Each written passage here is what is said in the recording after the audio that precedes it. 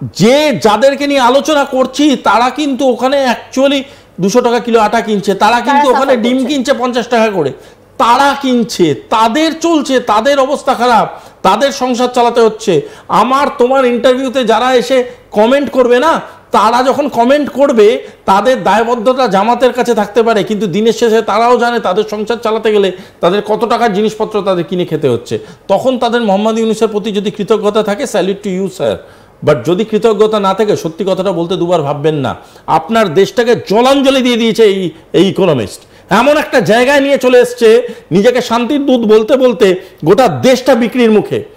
গোটা দেশটা আজকে এমন জায়গায় দাঁড়িয়ে আছে, স্কোয়ার ফিটে বিক্রি হচ্ছে বাংলাদেশ, প্রতিটা জায়গা ধরে ধরে ধরে ধরে ধরে ধরে বিক্রি করছে বিভিন্ন বিদেশি শক্তির হাতে। এবং সেটা রাশিয়া বুঝেছে, সেটা রাশিয়া বুঝেছে। কেন? কারণ রাশিয়া বুঝেছে এই বাংলাদেশ বিক্রি হচ্ছে কিন্তু ইউনিসের ইচ্ছায়, এই বাংলাদেশ বিক্রি হচ্ছে এমন কিছু অসাধু ব্যক্তির জন্যে, যেটা আগামী দিনে ভারতের জাতীয় সুরক্ষা বা ন্যাশনাল সিকিউরিটির উপরে একটা কোয়েশ্চেন মার্ক তুলতে পারবে। তার জন্যে কাউন্টার স্ট্র্যাটেজি তো করতে হবে আমাকে। যদি আমার ঘরে পোকামাকড় বাড়ে, আমাকে ভাই ফিনাইল কিনতে হবে।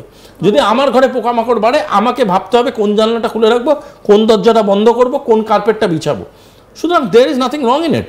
আমরা সেই কাউন্টার স্ট্র্যাটেজিতে যদি আমরা আমাদের প্রুভেন অ্যালাই রাশিয়ার সাথে ডিসকাস করে থাকি, রাশিয়া যদি মনে করে থাকে তার প্ল্যান্ড স্টেপ হিসাবে যে আমরা বসবো জুন্টা সরকারের সাথে, আমরা জুন্টা সরকারকে সাপোর্ট করব, আমরা মিয়ানমারকে এড দেবো, পাওয়ারফুল করব, মিয়ানমারে গিয়ে আমরা নিউক্লিয়ার প্ল্যান্ট খুলবো, then we will obviously do that. Of course সেটা আমি করব। এবং আরেকটা কথা বোঝাই বাহুল্য আজকের ডেটে দাঁড়িয়ে, যে বাংলাদেশ যাদের সাথে লড়ছে তাদের মধ্যে one of the most powerful status হচ্ছে রাশিয়া। রাশিয়ার সাথে বাংলাদেশ লড়া তো ভুলে যাও, রাশিয়ার সাথে বাংলাদেশ কোনো এমন ঘটনা ঘটাতে পারবে না যে ঘটনা বাংলাদেশকে কোনোভাবে কোনো গুরুত্ব দেবে। রাশিয়া চাইলে বাংলাদেশকে যে কোনো দিন চিবিয়ে খেয়ে নিতে পারে, ভারতবর্ষ চাইলে বাংলাদেশকে মৌরের মতো চিবিয়ে খেয়ে নিতে পারে, কিন্তু ভারত বাংলাদেশ হচ্ছে রেসপন্সিবল পাওয়ার, রাশিয়া হচ্ছে রেসপন্সিবল পাওয়ার। তারা বাংলাদেশকে কখনোই এরকম ক্ষতিগ্রস্ত করতে দেবে না। যেটা তারা করবে সেটা হচ্ছে বাংলাদেশের কেন্দ্রবিন্দুতে যে মানুষগুলো আজকের ডেটে বসে এই ষড়যন্ত্র করছে, তাদেরকে একটা উচিত শিক্ষা দেবে, তাদেরকে বোঝাবে যে where do you stand, who are you actually. এবং আমি তোমাকে বলি একটা কথা, দাঁড়াও, আজকের ডেটে সবাই ভোট ভোট ভোট ভোট একটা গন্ধ তুলছো তো, আমি বলছি এই মোহাম্মদ ইউনূসের যে চেলা চামুন্ডাগুলো আছে আশেপাশে ঘুরে বেড়াচ্ছে, সেই সবকটা অ্যাডভাইসার নামক যে জোকারগুলো আছে, সবকটাকে বাংলাদেশের আইনেই ট্রিট করবে। এবং সেদিন আমরা বসে বসে এই স্টুডিওতেই পর্যালোচনা করব। মিলিয়ে নিও আমার কথা।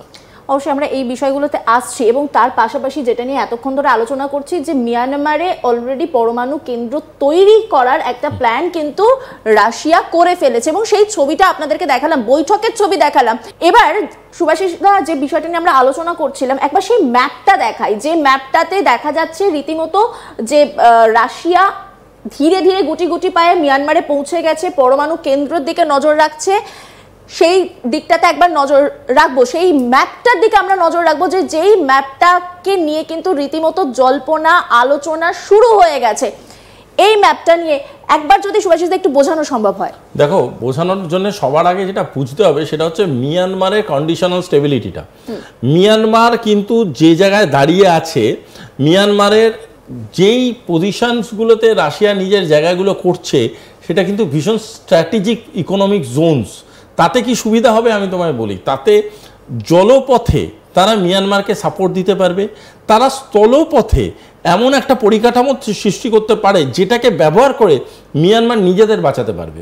এবং যদি সেটা হয়, তাহলে বোঝার চেষ্টা করো, মিয়ানমার স্ট্র্যাটেজিক্যালিও এমন জায়গায় চলে গেল, শক্তিশালী হয়ে গেল, মিয়ানমার এমন একটা ফিউচারিস্টিক পজিশনে চলে গেল যে মিয়ানমার পরবর্তীকালে সেই জায়গাগুলোকে ব্যবহার করে এমন বিজনেস বা এমন ট্র্যাজেক্টরি তৈরি করতে পারবে যেটা তাদের ইকোনমিক বা জিডিপি গ্রোথে কাজে লাগবে। এই যে ম্যাপটা, এই যে থাইল্যান্ডের সাথে যেই জায়গাটা শুরু হচ্ছে না, একটু জুম করলে সুবিধা হবে, ইয়ঙ্গনের দিকটা যদি হয়, এই যে এক্সপোর্ট হাব যেগুলো বলছে না, এনার্জি হাব বা এক্সপোর্ট হাব, এইগুলোকে বিভিন্ন রকম নিউক্লিয়ার হাবে তৈরি করছে তারা। এবং শুধু তাই নয়, যে জায়গাগুলো রাখাইন প্রভিন্সের যদি রাখাইন প্রভিন্সের মধ্যে দিয়ে যাও, সেই রাখাইন প্রভিন্সের মধ্যে দিয়েও মিলিটারি স্ট্রেন্থেনিংয়ের উপরে কাজ করছে জুন্টা সরকারের সাথে রাশিয়া। সুতরাং এই যে পজিশনগুলো তৈরি করছে, সেই সবকটা পজিশনের মধ্যে এমন একটা বার্তা দিতে চেষ্টা করছে রাশিয়া যে বাংলাদেশের বোঝা উচিত যে মিয়ানমারের যেটা অথেন্টিক গভর্নমেন্ট আছে জুন্টা সরকার, তারা যদি পাওয়ারফুল হয়ে যায় তাহলে কিন্তু বাংলাদেশ ডিস্ট্রিক্ট ওয়াইজ ভাগ হয়ে যেতে পারে। কারণ মিয়ানমার কিন্তু is not happy with Bangladesh. Myanmar is neither happy with Bangladesh military operations happening in Bangladesh Myanmar border. সেটা কিন্তু আরাকানরাও, যদি আরাকানরা যে জায়গায় আছে সেখান থেকে ওদেরকে যদি পুশব্যাক করা শুরু হয়ে যায়, ওরা কিন্তু যদি বাংলাদেশের একবার ডিস্ট্রিক্ট ম্যাপটা দেখান, আমি বলছি একবার বাংলাদেশের ডিস্ট্রিক্ট ম্যাপটা দেখান।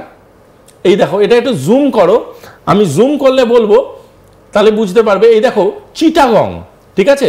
যদি আগের ম্যাপটা একটু মাথায় রাখো, আগের ম্যাপটা দেখানোর দরকার নেই, আগের ম্যাপটা মাথায় রাখলে বুঝতে পারবে মিয়ানমার কিন্তু যে জায়গায় টাচ করে আছে, ম্যাপটাকে একটু উপরের দিকে তুললে দেখবে মিয়ানমার নিচের দিকে লেখা, মিয়ানমার কথাটা লেখা।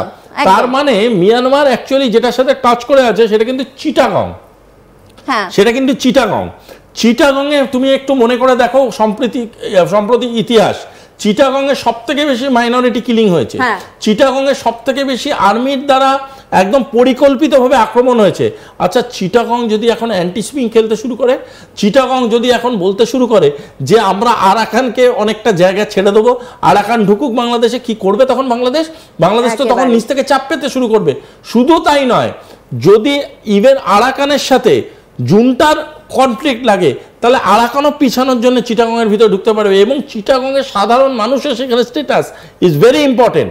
এবং এই যে উপর দিকে, যদি ম্যাপটার উপর দিকে যাও, ম্যাপটা রাজশাহীর উপরটা দেখাও, রংপুর আছে। এই যে রংপুর যে জায়গাটা আছে, এই রংপুর কিন্তু যদি আমাদের 7 সিস্টার্স নিয়ে যে বড় বড় কথাগুলো বলছে, এই রংপুর যদি কোনোভাবে কেটে বেরিয়ে যায় বাংলাদেশ থেকে, তাহলে কিন্তু বাংলাদেশ চলে যায়, ভারত 8 সিস্টার হবে সেটা পরের কথা। তার থেকেও বড় যে জিনিসটা হবে, এন্টায়ার এশিয়ান ইকোনমিক করিডোর তৈরি হয়ে যাবে। যদি এন্টায়ার এশিয়ান ইকোনমিক করিডোর হয়, সেটা কিন্তু বাংলাদেশকে অটোমেটিক্যালি অ্যাম্পিউট করে বেরিয়ে গেল।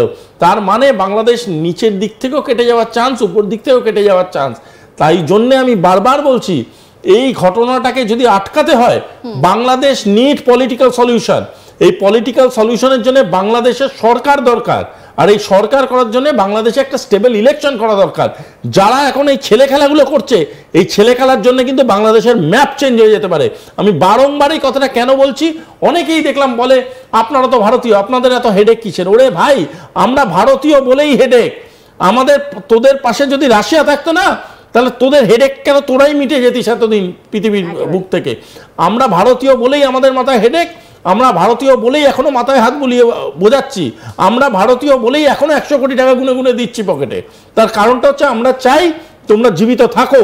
না তোমাদের জামাত বাঁচাতে পারবে, পাকিস্তান তো নিজের এয়ারপোর্ট ঠিক করতে পারে না, তোমাদের বাঁচাবে কি? তোমাদের কে বাঁচাবে?